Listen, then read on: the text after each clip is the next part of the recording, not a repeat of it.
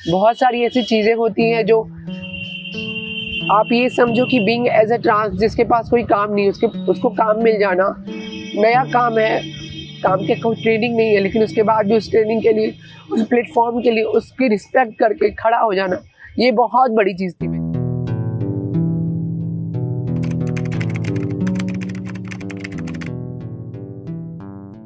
नमस्कार, मैं अनुप्रिया, मैं पटना की रहने वाली हूँ और डेमोक्रेटिक चरखा में एज अ सीनियर रिपोर्टर काम करती हूँ।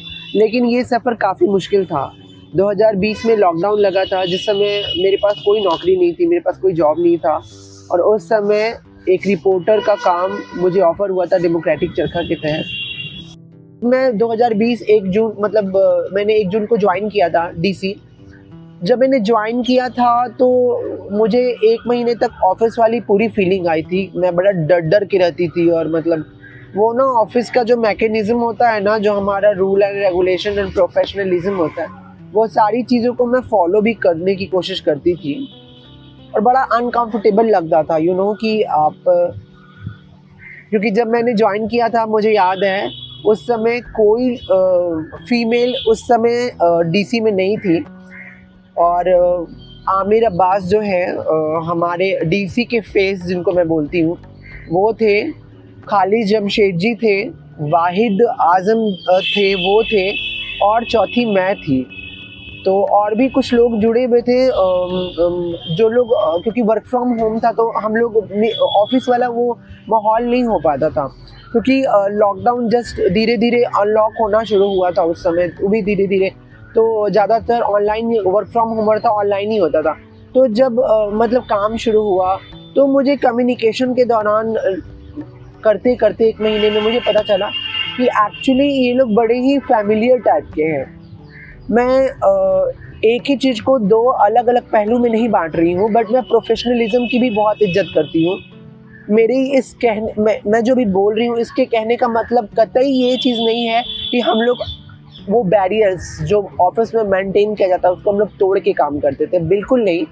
लेकिन आप समझो ना कि मैं एक अलग समुदाय से एक ऐसे जगह गई जहाँ पे एक छोटे से कमरे में, मुझे याद है डीसी शुरू हुआ था, आई थिंक बहुत छोटा सा हमारा ऑफिस का सेटअप था, बहुत छोटा सा, और उसमें शुरू हुआ था। और बाहर से आके काम करना, अनकंफर्टेबल फील होना, 3 लड़का बैठा हुआ है, थोड़ा सा गलत गंदा साउंड कर रहा होगा, आई नो दैट, बट थोड़ा सा अनकंफर्टेबल लगता था। लेकिन बाद में पता चला कि अरे ये सब तो भाई ही है अपना, कोई सोचना थोड़ी ना है।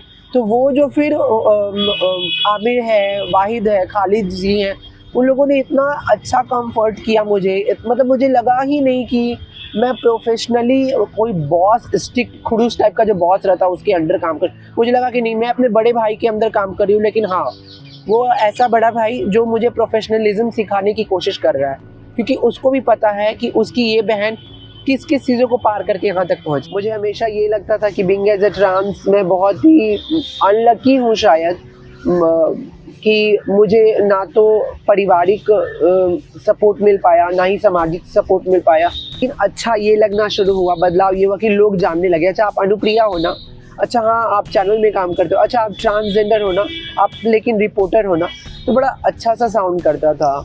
और मुझे ऐसा लगता है कि सोसाइटी पे क्या इम्पैक्ट पड़ा, ये मैं पूरे अच्छे तरीके से तो इसको मैं बता नहीं पाऊँगी। आई थिंक ये तो सोसाइटी के लोग ही बता पाएंगे, बट जो मैंने ऑब्ज़र्व किया वह मैं वो ज़रूर शेयर करना चाहूँगी। तो ऑब्ज़र्वेशन ये है मेरा कि आई थिंक बहुत ही पॉजिटिव इम्पैक्ट पड़ा, क्योंकि लोगों ने डेमोक्रेटिक चरखा को जाना, कि डेमोक्रेटिक चरखा एक ऐसा चैनल जिसमें एक ट्रांस वुमेन काम करती है, एक ट्रांस वुमेन रिपोर्टर है, कि कम्युनिटी ये सब भी काम कर सकते हैं। कम्युनिटी की आइडेंटिटी बेगिंग से या उनके ट्रेडिशनल वर्क से नहीं है, या डांस प्रोग्राम से नहीं है, या सेक्स वर्क से नहीं है। कम्युनिटी हर काम कर सकती है। मैं बताना चाहूँगी कि जिस वक्त मैंने डेमोक्रेटिक चरखा ज्वाइन किया, जिस वक्त बीइंग एज अ रिपोर्टर मैं सोसाइटी और कैमरे के सामने आई, उस समय भारत की पहली ट्रांसजेंडर हिंदी मीडिया रिपोर्टर थी। तो ये एक बहुत बड़ा बदलाव था मेरे लिए, कि इतना कुछ होने के बाद, लाइफ में इतने अप एंड डाउन्स के बाद एक और टैग लगना, और पॉजिटिव टैग लगना, इसके पहले जो भी स्टिग्मा डिस्क्रिमिनेशन मिला उसको तो आप हटा ही दीजिए। मतलब आप ये एक बहुत बड़ा चीज़ था कि रिपोर्टर, हाँ आप अनुप्रिया हैं, रिपोर्टर हैं, तो ये सब जो चीज़ें चल रही थी वो काफ़ी अच्छा इम्पैक्ट डाल रही थी। चैलेंजेस भी बहुत सारी चीज़ों के थे, मेरे सामने खड़े थे, बहुत सारी चीज़ों के चैलेंजेस थे। सबसे पहला जो चीज़ मैं अभी भी बोलती हूँ कि मेरे अंदर शायद अभी बहुत सारी चीज़ों की कमी है, बट हाँ खुशी इस चीज़ की है कि मुझे याद है जब मैंने डेमोक्रेटिक चरखा ज्वाइन किया था तो मैं पहले सीढ़ी पे थी। आज फ़ख्र के साथ ये ज़रूर कह सकती हूँ कि मैंने 4-5 सीढ़ी या 10 सीढ़ी तो ज़रूर तय कर लिया है। मानती हूँ कि आगे अभी और 100 सीढ़ी बाकी है और वो तय हो ही जाएगा। लेकिन बहुत बड़ी चीज़ ये थी कि धीरे धीरे मैंने अपने आप को इम्प्रूव, जो भी मैंने किया मैं कर रही हूँ और मैं आगे और भी करूँगी, क्योंकि मुझे भी बहुत सीखना है, बहुत ज़्यादा सीखना है। मेरा वॉइस कमांड नहीं था, इवनली अभी भी नहीं है। मैं बोलने में बहुत ज़्यादा कॉन्शियस हो जाती हूँ। मेरे साथ पर्सनल मेरी निजी बहुत सारी परेशानियां हैं जो समटाइम्स ऐसा होता है कि मैं ब्लैंक आउट हो जाती हूँ कैमरे के सामने कि अब क्या बोलना है। मुझे याद है जब मैं स्टार्टिंग में वीडियोस बनाती थी, अगर आप मेरी वीडियोस को देखे होंगे, हमारे चैनल को सब्सक्राइब किया होगा तो आप मेरे शुरुआती दिनों की वीडियोस को ज़रूर देख रहे होंगे। उन सारे वीडियोस में मैं बहुत सारे ऐसे वीडियोस हैं जिसको आपको देखने के बाद लगेगा कि मैं फ्रीज्ड हो गई हूँ, तो रियली में मैं एक्चुअली फ्रीज्ड हो गई हूँ।